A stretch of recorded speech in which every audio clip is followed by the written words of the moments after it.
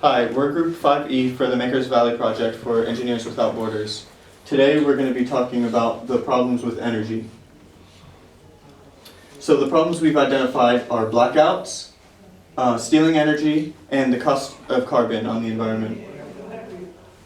Some of the solutions we've identified for these problems is federal investment, green energy buyback programs, carbon capture storage, and reducing the cost of energy.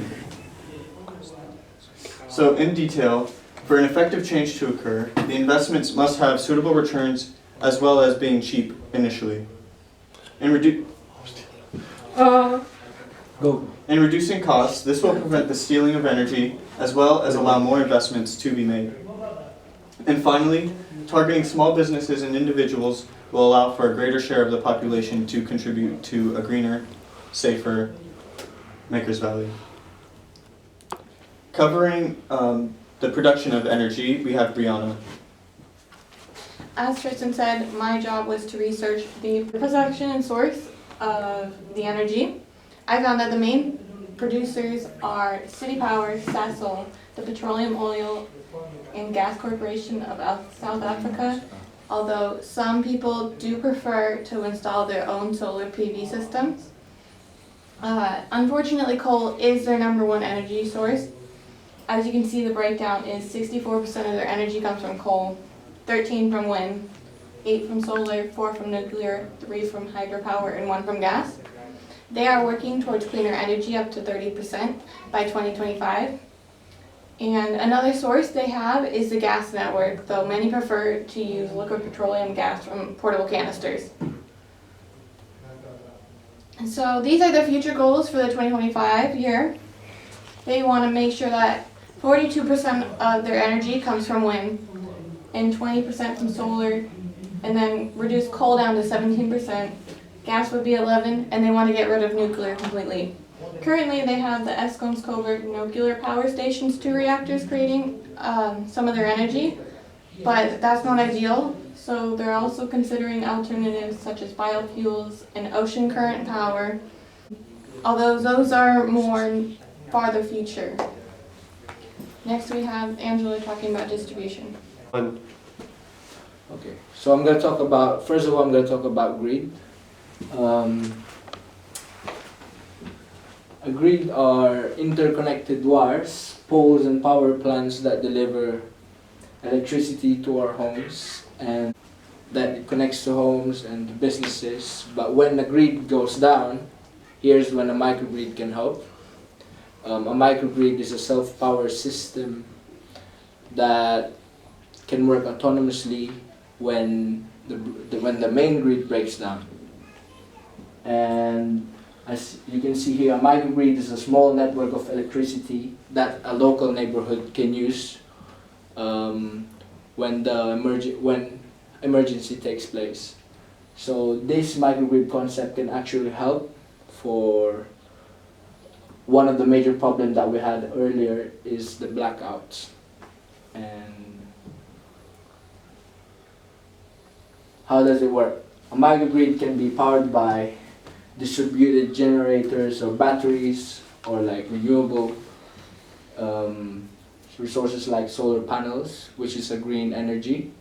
And perks with using a microgrid is it is a renewable energy. You can use a solar and a wind turbines or solar panels just to work this concept, or you can have combined heat and power, which is the waste heat and that created by power plants. And why would a community choose to connect to microgrids?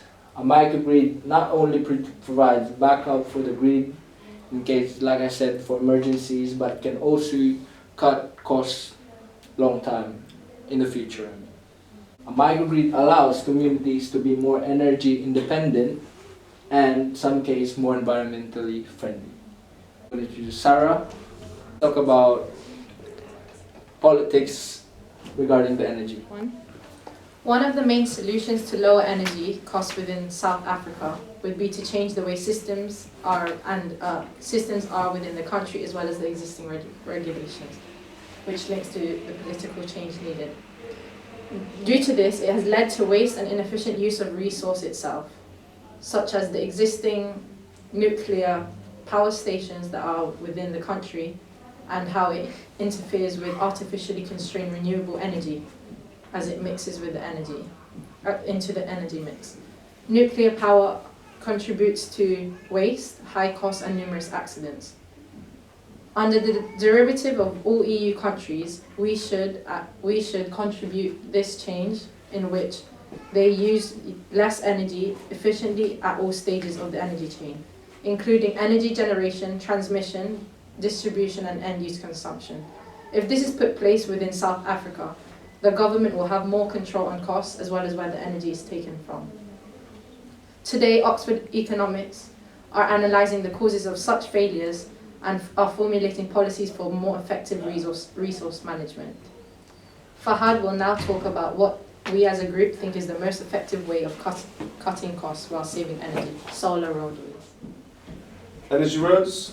Electricity, major household expenses for people living in Makers Valley. Furthermore, frequent blackouts are an issue in Johannesburg. And how can we address these issues?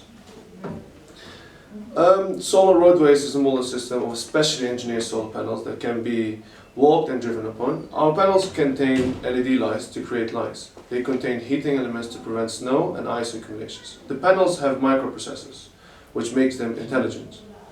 Sidewalks and cycles path of the future might well be able to generate electricity from the power of the sun, as well as provide a surface for us to travel around.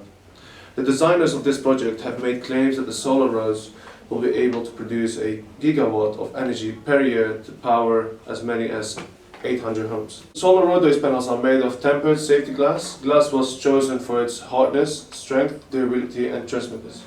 Glass is textured to create proper traction for vehicles and pedestrians. Now a short video showing you how solar roadways will be constructed. Install 600 miles of solar roads within 5 years. The French Minister of Ecology and Energy, Ségolène Royal, is pushing forward with plans to install solar roads across the country.